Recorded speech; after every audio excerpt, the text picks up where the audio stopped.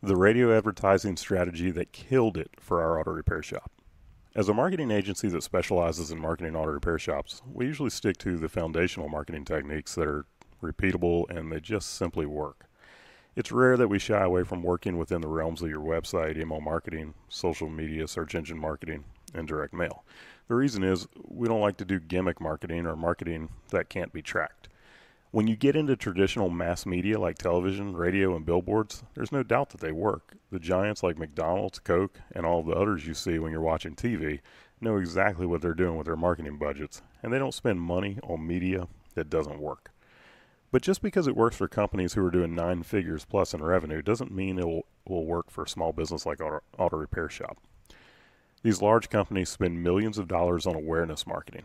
Their goal isn't typically to do marketing that they can directly contribute to a sale, but rather doing marketing that implants their brand into the consumer's mind. Awareness marketing is valuable for small businesses too, but we don't have the luxury of being able to spend boatloads of money and then sit back and wait for the sales to come months later. Most auto repair shops operate in a place where the marketing dollars they spend today need to produce a return in the following weeks. That's why we love marketing mediums like Google AdWords. That being said, there was a time when we nailed it with a radio strategy that just kept producing for us. Notice I didn't say it was an ad that kept producing. The radio advertising strategy that just kept producing. Let me give you a little backstory first. Back when I opened up my shop, one of the very first clients was a guy by the name of Jack Boston. At least I thought that was his name. He drove an old Mercedes 300 SD. Over the years, Jack became a great client and I learned that he was a radio DJ. Jack Boston was just his radio name, but that's the persona he took on, and it's the name that he went by in his daily life. One day Jack came to me and he told me he wanted to run some radio ads for my shop.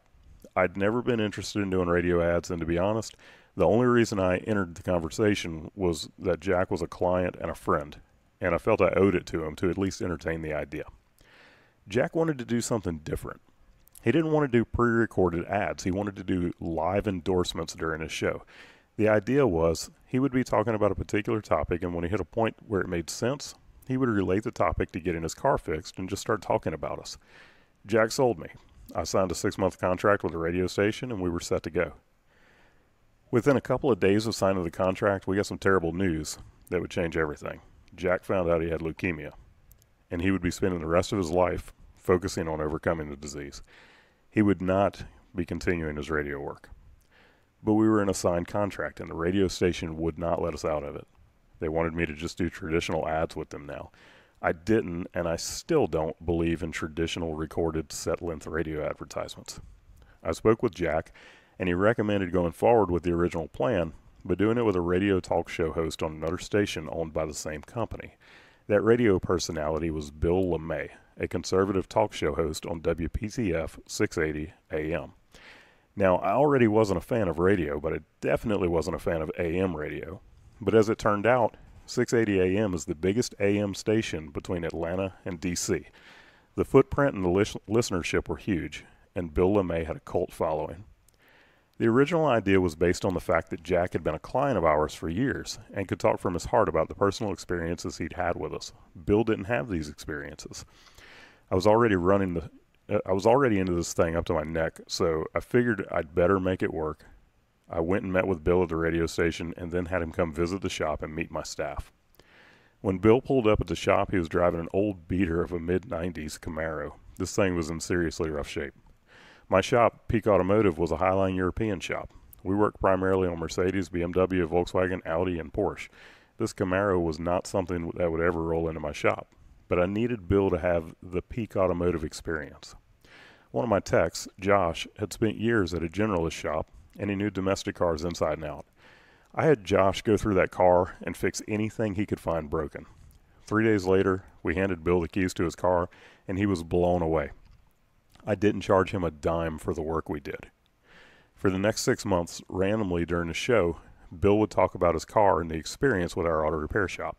The spots only happened 3 times per week, but people swore to us they heard Bill talk about us every day.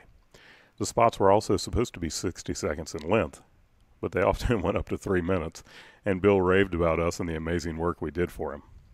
We had truly created a raving fan of the person who had become one of our largest sources of new business, and when people came in, We didn't even have to ask them. They would tell us, Bill LeMay told me to come see y'all, as if they were personal friends. Today there's a term for this kind of marketing. It's called influencer marketing. When a person becomes a true influencer, people will listen to them and do what they say. When you can turn that influencer into a raving fan so that they actually love you and believe in your service rather than just being a paid spokesperson, you've hit gold. When it comes to radio, you'd still be hard-pressed to get me to buy a traditional recorded advertisement, but I'd do live personal endorsements any day of the week. So here's how to create a successful radio ad strategy for an auto repair shop. Number 1, survey your clients and ask them what their favorite radio station is. Or have your technicians or service advisor turn on the radios in the cars of your clients and write down the station that it's on.